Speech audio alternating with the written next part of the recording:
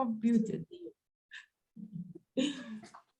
So I could not leave the hat, ladies. I had to bring the hat because the hat is also, well, I didn't know I'm going to tell this story today because I was actually leaving for this story for my section on dreaming. I would have taken a 5-minute spot onto dreaming because the guy phoned me this morning and said he will not be able to make today.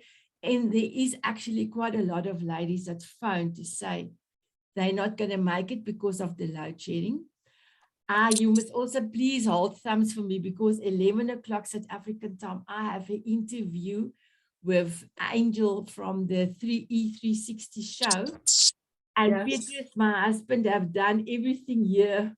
So if the power goes off 10 o'clock till 12 o'clock, I think I'm organized, I think. So I want to say thank you so much for being here. My proudest moment, I have met Mandy, although we know each other from April last year. And you know, all the poets and everything, the poems she's sending through, I always thought, oh, but this lady is beautiful. And you know, she always, when somebody is down, she always, in our session that we had, tried to get people uplifted. So I really thought, Mandy, you are such an inspiration. And then one day we started, I actually phoned her to say, Mandy, if you just change a little bit your camera, then it will not look like a ghost behind you. And then people will even love to look at you more because you ladies know I love to look beautiful at the back. I did the course and I you know, if I can help somebody to look better. So we end up talking 3 hours that night. It was like amazing. And when Mandy told me she's going to be in this beautiful Jubilee for the Queen 75th anniversary, it was like I was feeling it with her. I couldn't wait for her to go. And when she walked around to show us the day, what is going to happen, I was praying for her that everything is going to work out. So I did ask Mandy if she can come and share how was the experience? Because part of this is going to be part of what I'm going to tell you about dreaming. And my cowboy hat is also part of that. So Mandy, first of all, you are a town crier for your town.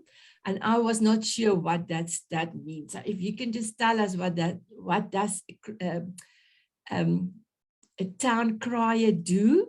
And then tell us about your experience, that you experience this amazing thing that you have done, and you look beautiful. And may I say, you have designed your dresses and made it yourself. It is incredible, incredible. So Mandy, if I can give it over to you, my beautiful lady. Thank you so much. It's always a pleasure to be with you, whether it's on here, privately, or wherever else. I'm looking forward to you coming to Canada next year, really am. So I'll just put a couple of things right. It was the Queen's Jubilee for 70 years, 70 years. So she's the longest reigning monarch on the English throne in history and unlikely to ever be repeated. And as for the dresses, I designed them all, but I didn't have time to make them. So the town hired a local seamstress to actually make them. This is the red one on the wall behind me. You probably can't see it, it's quite far away. But that's when I brought the Town Crier Ontario competition to our town for the first time in our history. And it was a magnificent time when all the Ontario town criers came from Ontario to Coburg to join in this competition. Anyway, getting back to the role of the town crier. So the role of the town crier goes all the way back to Roman and Greek times. And the very first town crier was a gentleman by the name of Stentor. And they say that when he opened his mouth to speak, it was as if 50 men were shouting. That's how powerful his voice was. And that was back in Greek times. Then it went into Roman times. Some of the Olympic runners that carried the torches were town criers. There's a whole history, but I won't get into the history. I'll concentrate mostly on this. In 1066 AD was the Battle of Hastings in England. And this was when William the Conqueror took over the British Isles. And because there are many dialects throughout, there's thousands of dialects. You can go through 10 towns and wonder what on earth you've heard unless you live there because of all the different dialects. So William the Conqueror wanted all of his edicts known throughout the land. So he started using town criers to shout his news, whether it was in French, whether it was in English, whether it was the local dialect. And then he would post the cry, the notice, on a tavern. And this is where posting a notice comes from. We actually originated the post office in our modern day era from the town crier posting a notice on a tavern way back then. So it became a royally appointed position. In other words, the reigning monarch appointed the town crier. Couldn't just be anybody, had to be somebody in good standing, somebody who had the ability, the knowledge for, so as a town crier, as an ambassador in modern days, I have to have all the knowledge of my area, my town, my community, events. I do walking tours. But anyway, the Queen of England actually appointed us. I'm one of them that was appointed by her. And when she came to Canada a few years ago, she was in Alberta, and they were opening a heritage site at the time. And when everyone lined up to greet the Queen, as you know, she wears gloves. And when she got to her town crier, she said, and I'll try and do it in her accent. She goes, "You do realize that it is within my job description to protect you." And that's exactly what she said, because she knew, right? So anyway, as a town crier, it's not just shouting a cry. It's not just posting a notice. For example, everything I've done over 400 cries in the 8 years that I've been the town crier. And every single one is unique because I create the story in here. This is why I'm a legacy ghostwriter, right? Because I can collect, interview, gather the story, then create a unique cry. And then it gets presented to people in the portfolio. That is the insignia of the town of Coburg, the coat of arms. And I have to have special permission to use that. It's also on the front of my scroll. So anyway, each of these cries are unique and they're hand signed. And again, I do walking tours, I do weddings, I do anniversaries, baby showers. I'm doing a golf course where a couple are getting married, all kinds of roles. And because I'm in the Victorian gowns, again, it's unique. I'm the first female town crier in the history of this town. I'm only the second female in Canada. That's how rare women town criers are. And when I first applied for this role, I was already designing gowns and I had no idea I was even getting the role. I was just designing gowns, and I'm in front of the committee there. And they say, well, what are you going to do? So I explained about the gowns. Well, how does that work? Because the men bow and they take their hats off. And I said, well, if you go back to the 1800s, I said, women were not allowed to show their hair and they were not allowed to wear men's garb. I said, so they curtsied. So here I am in these huge ballroom gowns and I've always wanted to, it's been a dream since a little girl. So I've got crinolines all under me and they stand out, and you know, and everywhere you go. So with the Jubilee coming up, there's a pageant master who works from within Buckingham Palace itself. And I don't know if any of you saw when the Queen lit the beacons that night when London, England was going crazy, and the Queen lit the beacons. Standing to her left, about 2 people behind her, was the pageant master who, under her direction, organized what I'm about to tell you now. And if you'd have said to me 2 years, 10 years, 20 years ago that one day you will be a representative of the Queen of England on her 70th Jubilee, I would have said, you are crazy. You need to be locked up. No way, Jose. And yet here we are. So I'm just going to show you, I've got a couple of things here. So the pageant master organized the whole thing. So there was town criers, there was beacon lighters, there was bagpipers, there was dancers, and everything was scrutinized, and it all came from the pageant master out of Buckingham Palace.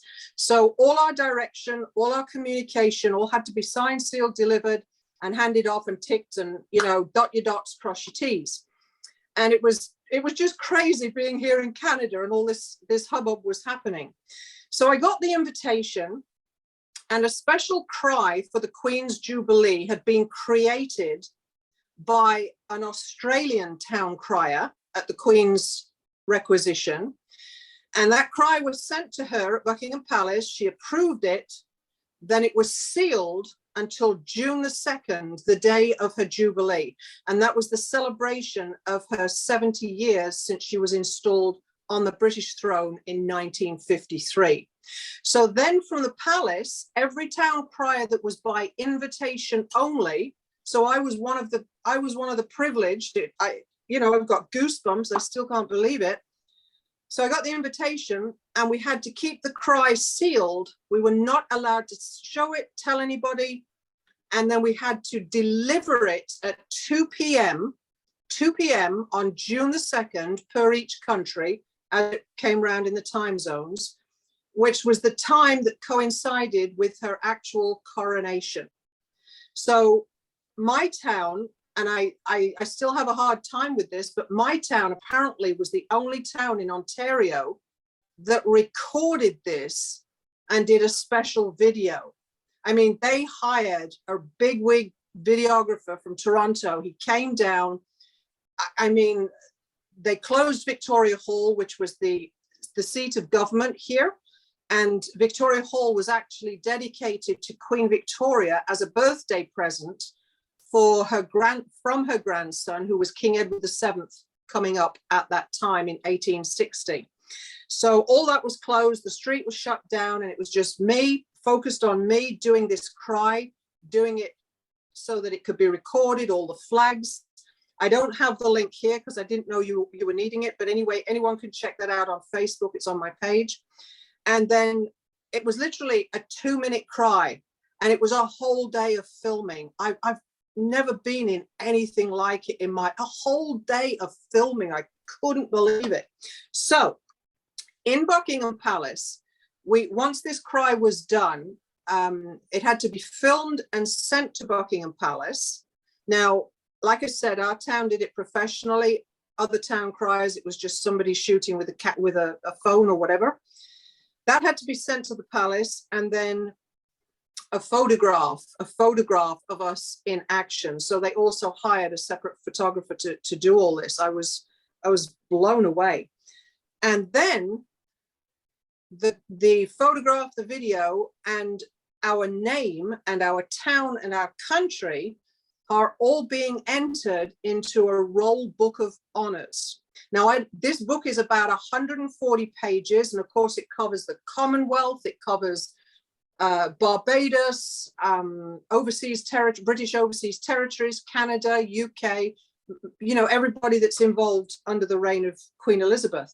So I have two things here, and one of them is one of the pages, page 89 from this book, and it lists the names of all the town criers.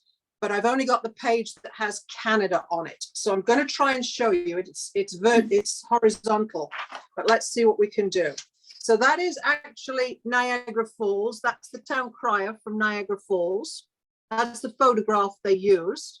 And then if you come across the page, okay, so you'll see Canada here. And then my name is probably too small to see, but my name is fourth up from the bottom.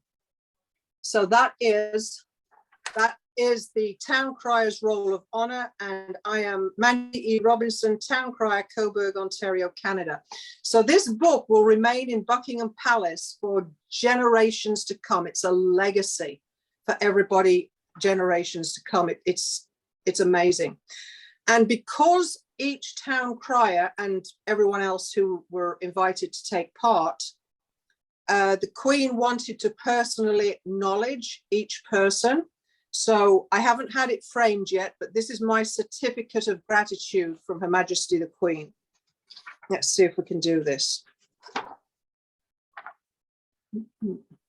Wow. Can you see that? You probably can't read it, but that's her sitting on her throne in 1953. And it's, of course, it's done with the purple colors because purple is a royal color. And it's a certificate of grateful recognition. The Queen's Platinum Jubilee Beacon, 2nd of June, 2022. With sincere thanks for your contribution to the Queen's Platinum Jubilee Beacons in celebration of Her Majesty the Queen's Platinum Jubilee. It's signed Bruno Peake, which is the LVO OBE OPR pageant master, and the initials of Queen Elizabeth. So I'm having that framed to put on my wall because I never dreamed I would have such an honor. And just to add to why it is such an honor, because as you know me well, Sane, this is not about ego. This is not about rah, rah, look at me. My grandfather worked in Buckingham Palace. He started his career in Buckingham Palace as a footman at the age of 18. And when the Queen Mother was getting out of her carriage one day with the new baby, our current Queen Elizabeth, she was 6 weeks old, and the Queen Mother handed Princess Elizabeth to my grandfather when he was 19 years old to hold while she got out of the carriage. So there's a photograph of that. I haven't managed to acquire it yet. And then he started his career there as a footman, and then he eventually became head chef in Buckingham Palace. And when my grandparents celebrated their 75th wedding anniversary, the Queen closed down 5 towns around their home in London, and it was the biggest street party since the war that had ever been held in England. I'm just covered in goosebumps. 75 years they were married, and that's how she honored them. So my grandfather passed away the same day as Princess Diana, 7 hours apart. How's that for synchronicity? So I just know that through everything I did for this on behalf of the Queen, my town, my country, and everybody involved, my grandfather, goosebumps again, my grandfather oversaw the whole thing. And I'm just deeply honored, deeply grateful, and just humbled by the whole event.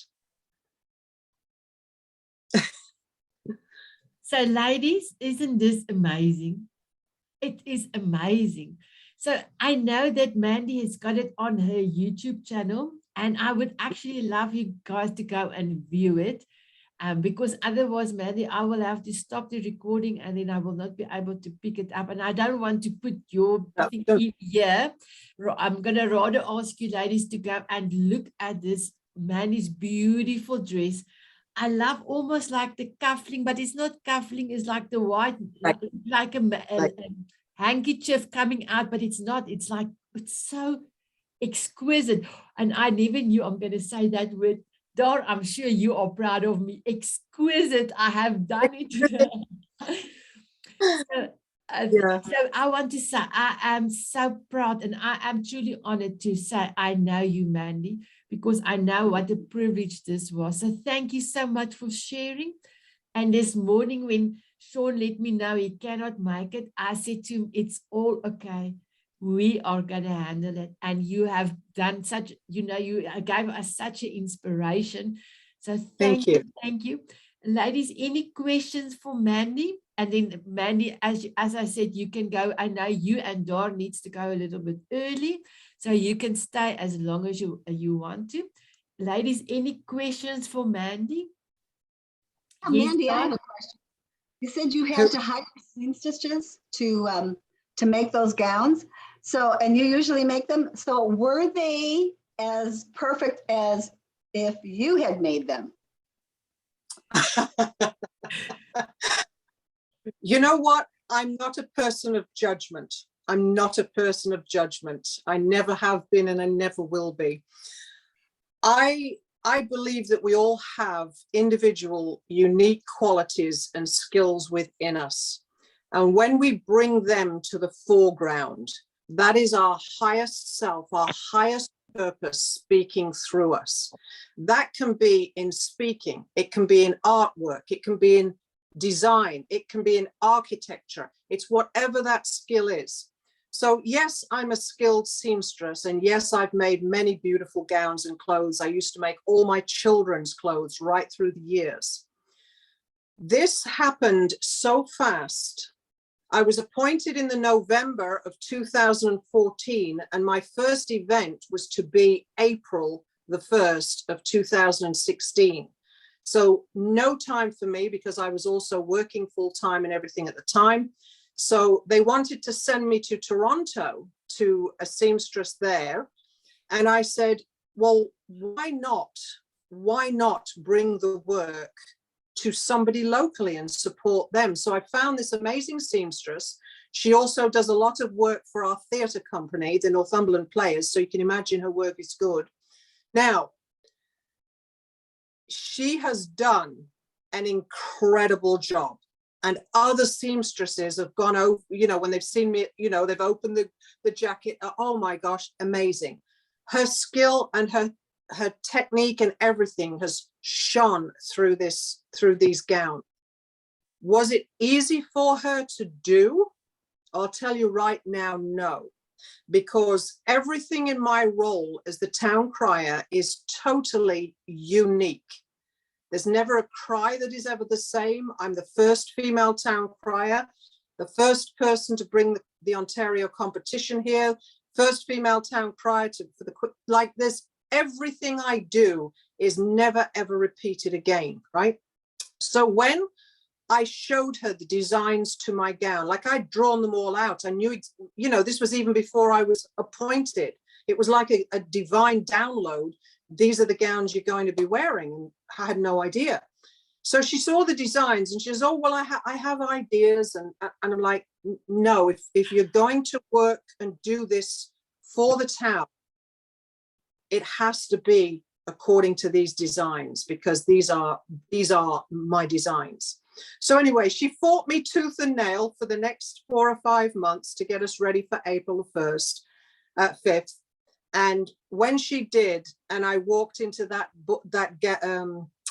ballroom in Victoria Hall, it was I felt like a queen. It was a standing ovation. The band played up. People were screaming and yelling. They couldn't, because I hadn't been announced. Nobody knew who the town crier was. It was kept secret.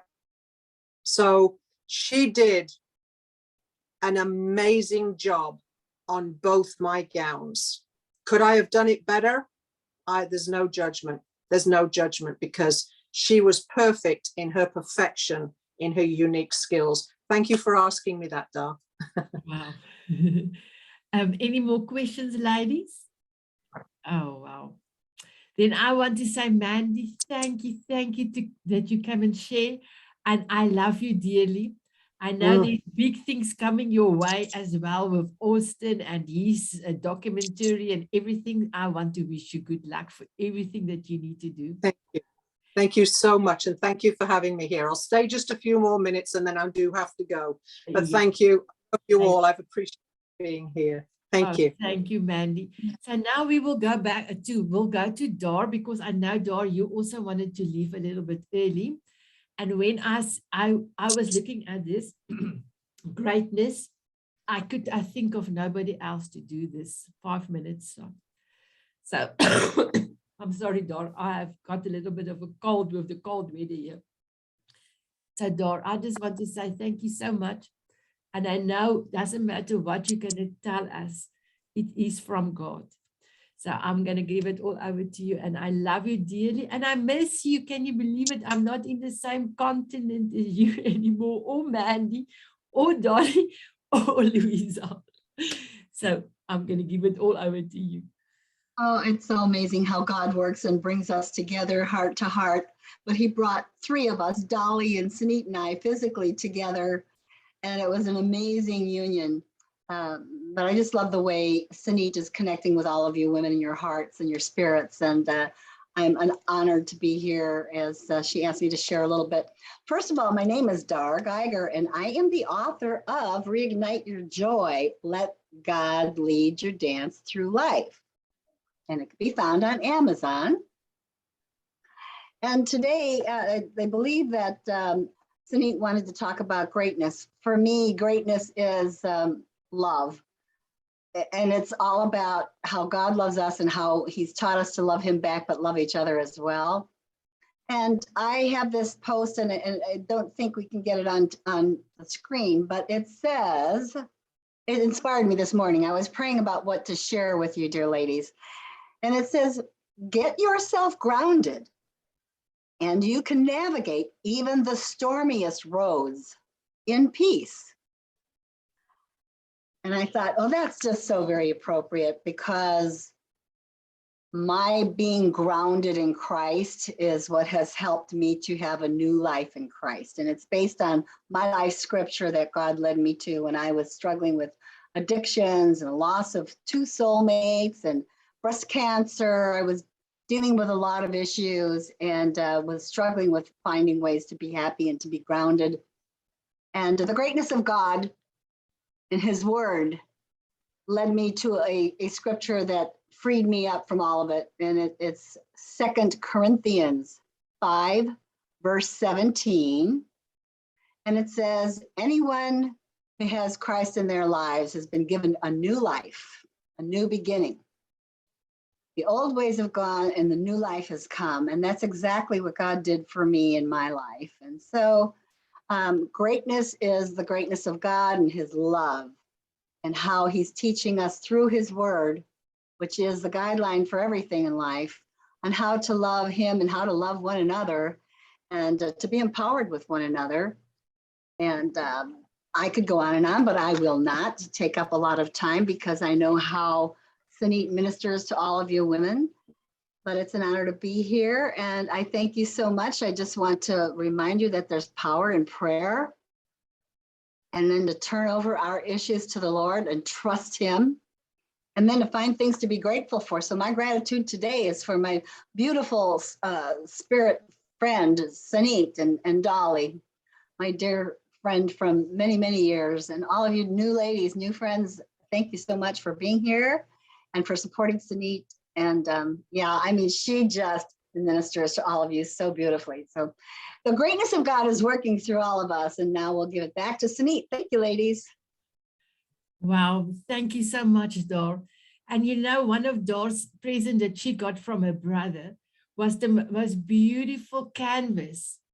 And actually, I know you cannot take your camera and go and show them, but you know, Dar, that the canvas with the mountain is just unbelievable. Maybe what we can ask you, if you can take a photograph and post it on the Facebook group so that the ladies can see, because that is your scripture, your life scripture.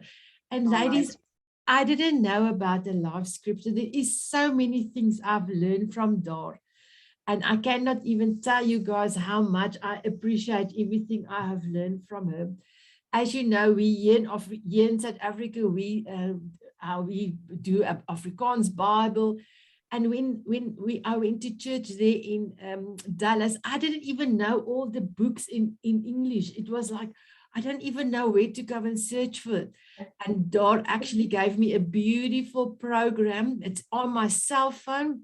I can, if I want to have something to bring me up, I just go to the app, and it's just the most amazing app that you have given me. And you can different versions. I found Dar. I said, Dar, what does NJV means next to this scripture? I don't even know. I really didn't know. And she told me it's a New St. James version. I thought, oh God, but then what is this? Or what is this? So I must say, Dar, thank you so much for helping me. And thank you for the app. So ladies, if you really want to know about the app as well, it is amazing. You can search for anything. And there's also, I also audio listen to some of the scriptures as well. And I love it, Dar. So thank you so much for that. You want me to put the site in here for everybody in case they want to look it up? Yes, please, Dar. Yes, thank you so much. Bible, called BibleGateway.com. So Bye-bye, I'll put it in. Mandy. Thank you so much. Thank you, my beautiful Dar. I cannot wait for you to come back to us when we do the belief one, because I know that's your 20 minutes one, and I cannot wait for you to come back. You And too. then Thank you.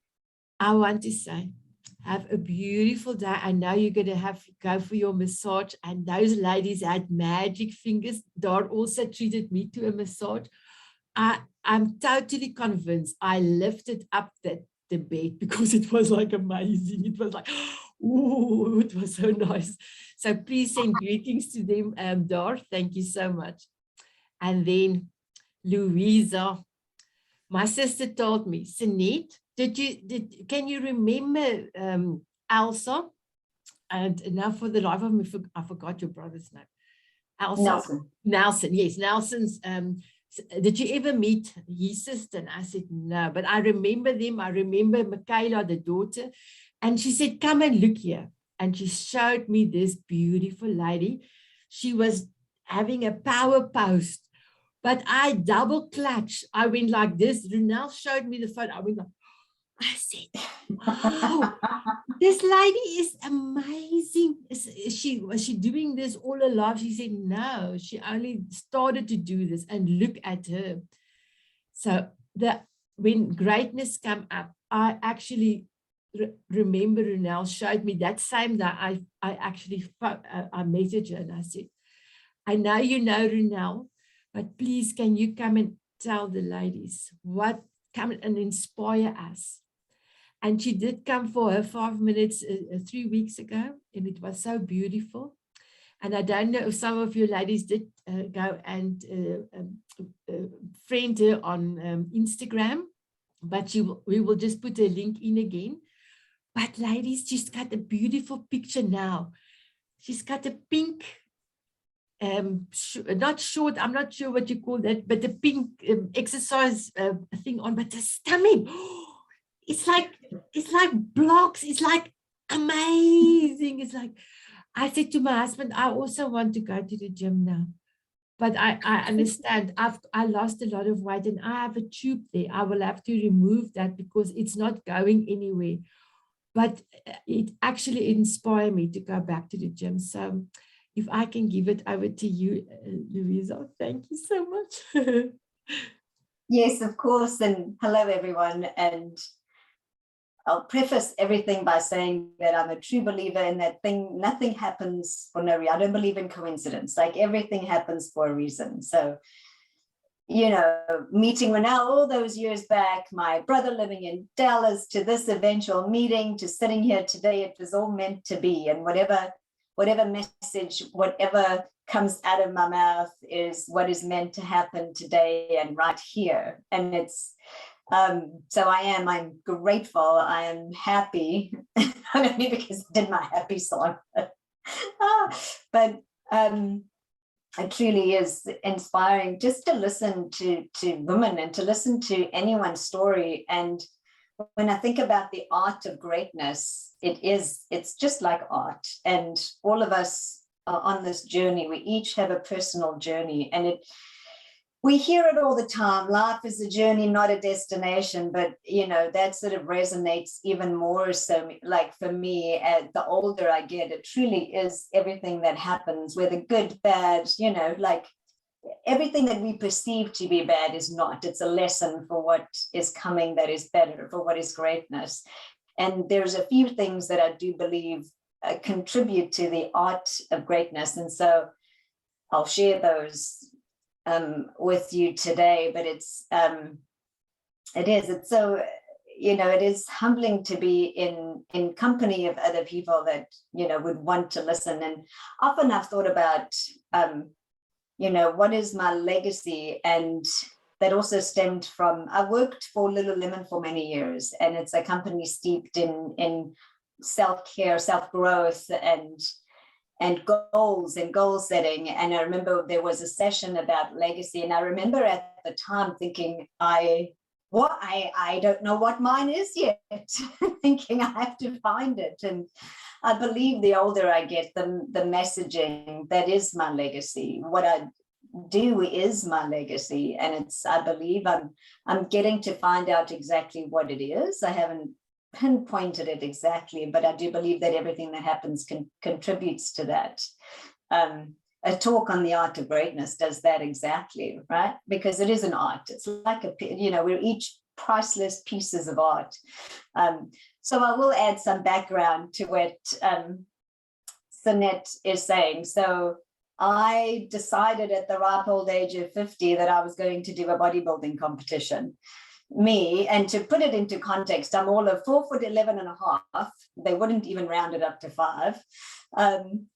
And at the best of the day, like, I'm around 100 pounds, which is what, 46 kilos for everybody in South Africa. So I'm a tiny little thing. I've always been a tiny little thing, and I always will be. But I didn't think that bodybuilding was for me because, and not that it was a self-limiting belief, it was just, I wasn't built that way. I didn't think it was for me.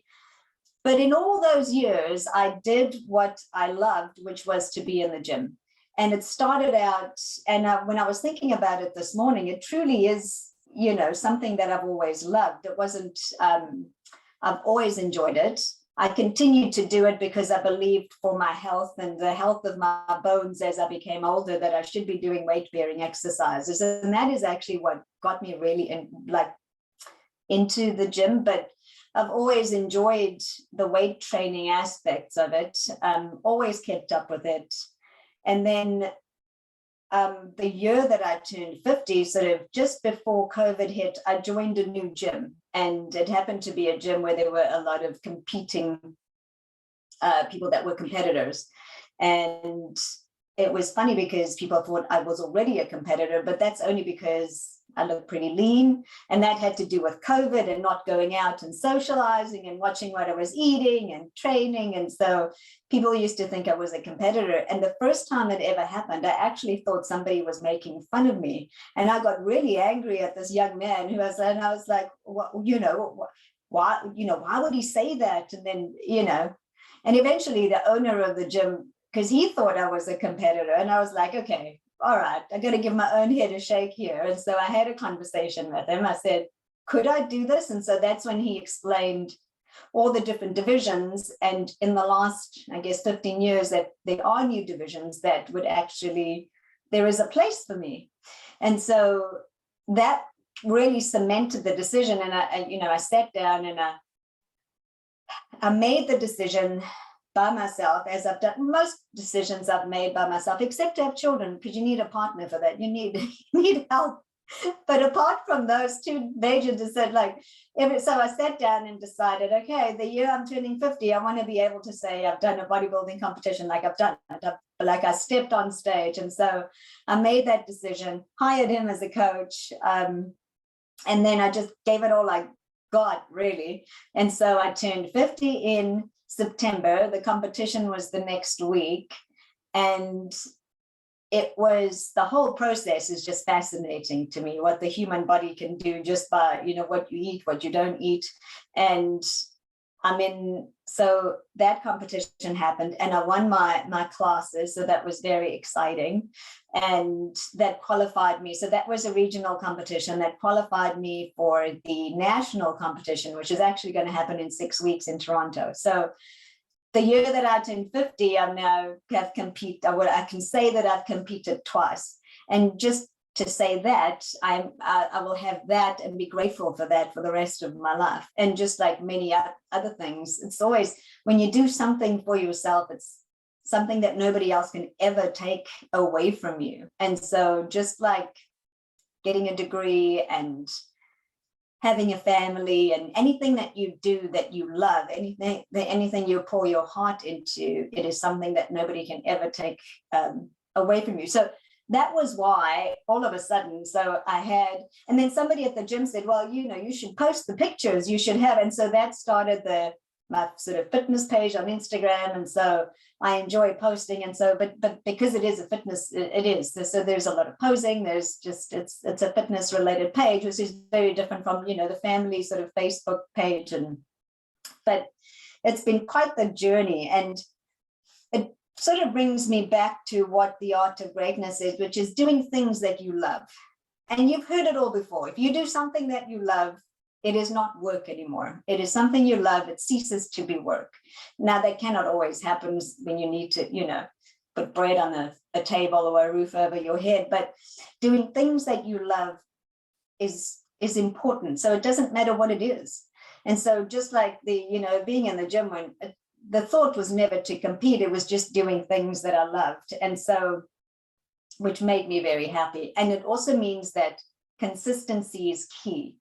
And that's key for any sphere or anything that we do in life. It's just being consistent at something, right? So whether you're, if you're a lifelong scholar, you have to be consistent at it, right? Like the fact that we have to, there's consistency in so many things that we do every day. But in the art of greatness, it's consistency is key. And what I tell people all the time is that, no pun intended, but the time will pass. So you might as well be doing something constructive with it. It's the same when people would say, oh, I don't want to study because it's going to take me 3 years to get the degree. And I'd say, but the time is going to pass anyway. You might as well do it. Same with getting back into the gym or starting a fitness regime, starting to change your lifestyle. It's the consistency of the habit that will bring about the change. And eventually the changes happen. It's when people start to think that, oh, it's going to happen tomorrow. That's where the danger lies, right? Because it's not going to happen tomorrow. And because you're looking at yourself all the time, you don't realize how much you have changed until somebody else points it out to you or you see a picture. I know now, I'll do check-ins. I had to do a check-in today. And obviously, I get critical about what needs to still change. But I know that when I look at that in 2 months' time, I will go, wow, look at what I looked like then, because I won't look the same in 2 months' time. This is very much, they call it prep. So it's very much the end goal is in mind. A lot of changes happen, but I know it's going to end. And so for me to be able to do this, I keep a list in my head about, things that I want to eat, which involve a lot of sugar and chocolate and things that I want to do. But that'll all come. And that's also a little trick to learn. So for example, if you have goals to not eat sugar in a week, then to get the whole mind manipulation out of that, if you write down things that you want to then eat at the end of the week, by committing it to paper, you then take it out of thinking about it all the time. And then you can go back to your list and it helps, right? So the mind it's a very powerful thing. And so it's the same with, so that is one technique that always sort of works for me with anything really. It's the same. So I know I go off on tangents because I get so excited about it all. But so the art of greatness for me is in my life, my experiences have never been dictated by my age. So when people, when they go on and on about, oh, but you're too old or too whatever, and I have to give my head a shake because everything that's happened in my life has been because of it's been the right time for me. And so I always say, oh, I was a late bloomer. It's not that I was a late bloomer for anything. It was just, it wasn't the right time in my life to do certain things. Sort of immigrating to Canada, I did in my mid-20s. So there are lots of things that I didn't do in my mid-20s that maybe my peers were doing, but that's because it wasn't the right time for me. So I remember at the gym, a young gentleman sort of saying, when my coach was telling that I was competing, and he was like, well, why now? And I just looked at him and said, why not now? I'm like, everybody's journey is different. And so it's just funny to me that these things happen, or, just certain things that I do. It's never been dictated by age, but rather dictated by when the right time is in your life. And I only think about that afterwards and think, okay, well, maybe people aren't doing this at my age, but that's okay. They're doing other things. They're doing different things, right? So, but again, I think that also contributes to the art of greatness, right? It's just doing things you love when it doesn't matter when in your life you've done them, right? And it's the same with developing those good habits. what do they say? Like, you do something about 21 times and it becomes a habit, right? It's habit forming. And so too are lifestyle changes. And so depending on what your goals are, it's forming those habits, those lifestyle changes that contribute to that. And the same with, you know, having and I don't call it a lifestyle, like a healthy lifestyle, because you can have many different forms of healthy lifestyles. It's whatever lifestyle you choose. For me personally, it's, you know, one that involves being in the gym. So it's very individual and really relates to each one. Also, it's finding out what works for you in your own personal circumstance.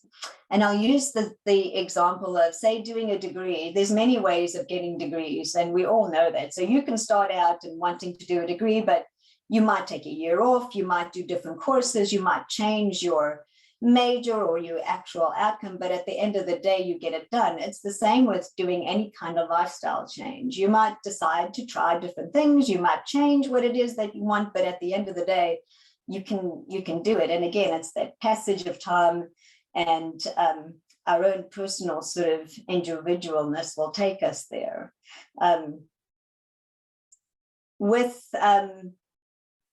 When people sort of say to me, oh, I couldn't do what you're doing. And I always say, yes, you can. You just don't want to do it. And so it's, for example, if they start asking me what I'm doing and I say, okay, well, this is what you would have to do. And then I can see the look on the face and it's like, oh, I don't want to do that. And one of them is like, sort of, once you know, like how many calories you should be eating, then it's tracking your food, it is time consuming. So when people sort of say, oh, but I don't want to do that, I'm like, well, then you really don't want to do this. And so it really comes down to what it is that you want to do. So like, for example, like skydiving, not anything I've ever wanted to do. And I used to say, oh, I couldn't do that. And it's not that I couldn't do it. It's like, I really don't want to do it. The fear aside, because I don't know if everybody's watched that Will Smith he did a video on fear, and it was about skydiving. And really the message is you fear itself, not the actual act of skydiving, right? And so you take fear out of it. And again, I had to think about it and go, well, is it fear? As I'm like, no, I really have no interest in doing that. A lot of it has to do with putting my life into somebody else's hands, which happens every day when you step out the door. But to willingly do that, like, makes me, the older you get, you kind of think twice about it, right? But kind of so these are my little bits of like, what contributes to the art of greatness. And just in closing, there's just one thing that I try and think about all the time. And one, comparison is the thief of joy. You do not compare yourself to anybody else because everybody is on a different journey. And even my coach had said that. He said, you don't ever compare yourself to somebody else, which at first didn't make sense. You're on a stage with women competing, like it just, but the whole thing doesn't make any sense when you think about it that way. But he said, what you have to bring is a better package than you bought the year before. And so if you can do that, then you've done the best that you can. So it doesn't matter what everybody else looks like. And that happens in any sphere. If you can be just a little bit better than you were before, and it doesn't matter what sphere in your life it is, then you've practiced the art of greatness. Then you've already beaten yesterday's version of yourself and you become greater. And eventually you're the greatest you can ever be. And so that's the big thing. The other one is practicing the art of gratitude. And I know we all know this and we all need to be grateful, but I recently bought it was a journal, and the beginning pages are all about writing down what you're grateful for. And it's not, so for example, it'll say, list 3 people and then you write down what you're grateful for. And it's not what you like about them. It's not what you admire about them, because it forces you to think what you don't like about them or what you don't. But when you think of only what you are grateful for, it is a different mind shift. And in the first few pages, it was almost like there was a shift in the way that I would think about it. And it's sort of practicing gratitude every day puts you in a different mind space. And the internal dialogue you have with yourself every day is so important that it's a positive one, because that's who we listen to the most. And so all these little things contribute, I believe, to the art of greatness and how we can all become sort of the greatest versions of ourselves. That's my message. Wow, ladies, did you love that? That is also one of my sayings, is that you can, if you can be 1% better than yesterday, then you have achieved a lot. I loved it. I loved every minute. Thank you so much, Louisa. So, ladies, do you have a question for Louisa?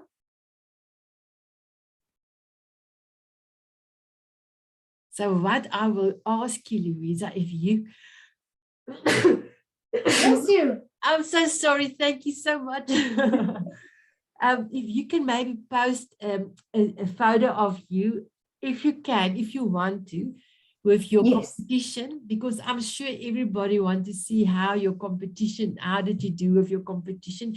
It was such a beautiful photograph. And you know, I always had a belief that the women that are doing bodybuilding is, I'm sorry if I'm now saying this, but that was my belief, are butch ladies, you know, they are manly ladies, if I can call it like that.